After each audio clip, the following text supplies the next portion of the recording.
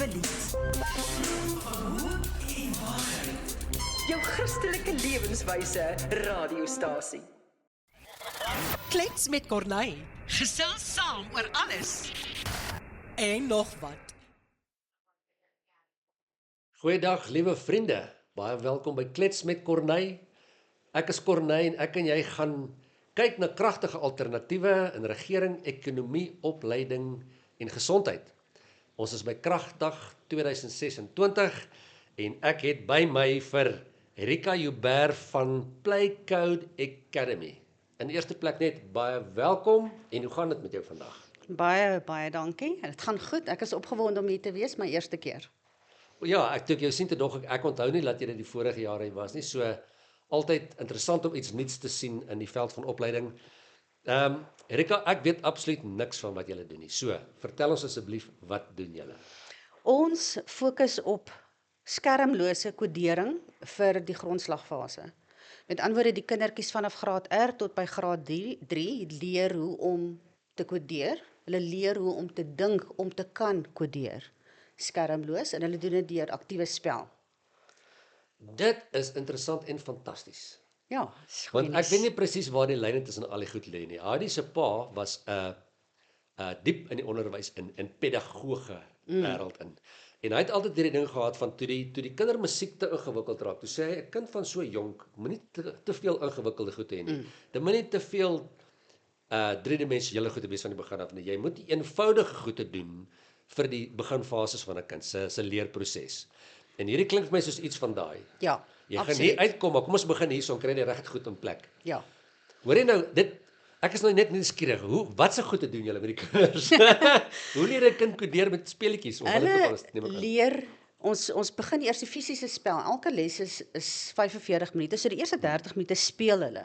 Hulle speel byvoorbeeld op 'n vloerrooster, soos 'n gewone rooster, en Ja. dan moet hulle nou klippies pak en 'n rigting bepaal hoe om daar uit te kom. Dit is mos die basiese Ja. beginsels van kodering. Jy Ja. kom vanaf punt A na punt B, jy moet besluit hoe jy daar gaan kom. Ja, So dit is wat ons doen. Ons doen die algoritmes, die rigtings, ons doen patrone. Hulle leer om patrone te doen. Ja. Hulle leer om krities te dink. Ja. Met ander woorde, hulle moet kan sê, okay, daai gaan nie werk nie, ons moet dit eerder so probeer. ja, So hulle leer daardie skill ook om te kan sê, hier is 'n probleem, ons moet die oplossing kry. ja, So wanneer hulle by graad 3 kom, kan hulle al die probleemoplossings doen, hulle kan logies dink, Ja. hulle kan instruksies volg, want dit is net so belangrik.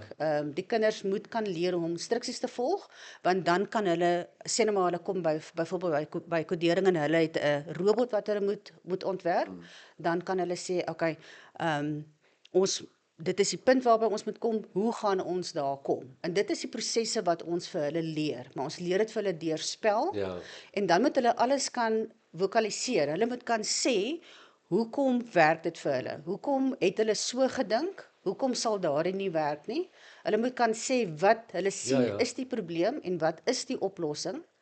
En dan gaan ons oor na die werkboek waar hulle oefening doen in die werkboek om dit wat hulle geleer het fisies vas te lê op papier.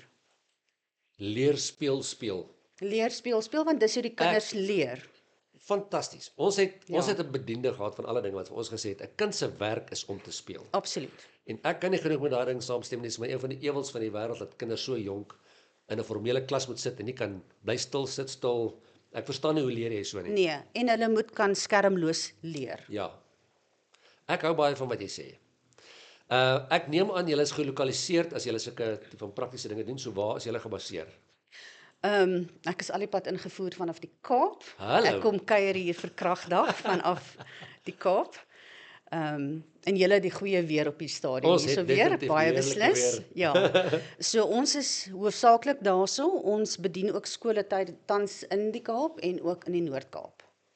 So is dit ouers wat julle kontak of is dit skole wat julle moet kontak? Wie is julle kliënte? Ons het tuiskole, en dan reg oor die land het ons nou al met ouers kontak gemaak, tuisonderrig ouers. Ja. So ek was nou al by Bloemfontein gewees, daar het 'n redelike groot hoeveelheid mense my begin ondersteun. Ja. In die Noord-Kaap is daar 5 skole wat Ja. ons doen deur 'n NGO. Okay. So mense van oor die hele land kan julle kontak. Ja.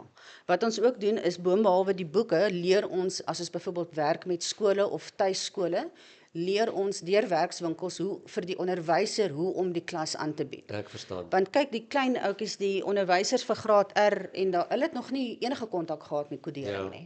So hulle moet begin leer hoe om die klas te kan aanbied Ja. met selfvertroue.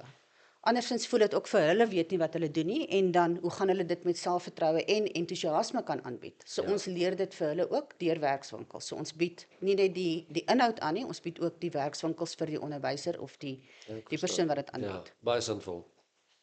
Hoor jy nou jou eie persoonlike agtergrond, waar kom jy vandaan? Wel, ek het gehoop jy vra nie dit. Ja, ek was betrokke gewees by NPO vir skole met fokus daarop vir ouer betrokkenheid by skole, want dit is belangrik dat die ouers betrokke is by die skole. Ek het hierdie begin, ek en my dogter het dit 3 jaar terug begin met 'n sekere doel om vir haar 'n kar te kon gekoop het. Ja, Nee, dit het nou nie so uitgewerk nie, maar ek het aangegaan daarmee en dit is nou 'n soort van haar legacy ook. nou maar fantasties. Ja, sy het my geleer hoe en ons het dit aangepak en nou vaar ons voort. Dit is 'n verskriklike, ek hou baie van dit. Want ek dink die ding van kodering is so belangrik. Nie laat almal daarbey gaan uitkom natuurlik nie, maar jy sal verstom wees, liewe vriende, oor hoeveel mense by kodering opeindig half net as dis nou maar hoe dit werk deesdae. Ek het soveel familie wat in ingenieurswese is. En almal van hulle, omtrent sonder uitsondering, dit wat hy in praktyk doen, is hy die kennis nodig vir sy ingenieurswese, maar hy skryf programme om te maak gebeur wat hy moet laat maak gebeur. Presies. So almal van hulle moes gaan kodering studeer op hulle eie om te kan eintlik hulle werk doen wat in 'n ander veld is. Absoluut, ja. My seun is pas en draai en hy moes begin kodeer om dit te kon, die masjiene te kon werk. En ek dink selfs ons het vir onsself werk. Ek het ook myself geleer kodering doen en die handigheid om jou eie goed net te kan doen, al is dit vir jou eie besigheidjie, is fantasties. So ek dink is 'n baie handige veld. Nou maar, ek is opgewonde namens julle, Erika. So baie dankie vir jou gesprek. Baie dankie vir die Voor geleentheid. ek vir jou net groet, wil ek net gou by jou hoor. Heel op 'n ander manier. Kragdag gaan oor mense wat sê ons sien probleme, maar ons gaan nie stil sit nie, ons gaan oplossings soek. Ja. Hoe voel jy oor die toekoms van Suid-Afrika? En waar dink jy ons op pad oor die volgende paar jaar? Ons weet waar ons vertroue is. Ons vertroue is in die Here. En solank ons daarby vashou, het ons 'n toekoms.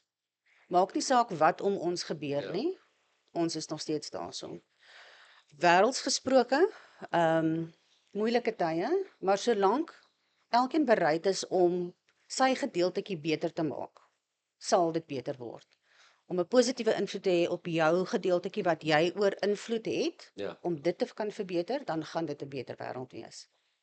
Nou maar, En dit sal maar mos, die lig sal die donkerte oorwin. dit sal. Dan sal liewe vriende, advies van Rika, gaan doen jou ding in die gebied waar jy is. Moenie wag vir ander mense nie. En baie dankie Rika, ek hoop vir julle baie suksesvolle paar dae hierso en ook met julle toekoms. Baie dankie vir die geleentheid, hoor. Luister nou na Radio Nuwelie. Jou Christelike lewenswyse radiostasie. Klets, kuier, luister en leer in Afrikaans.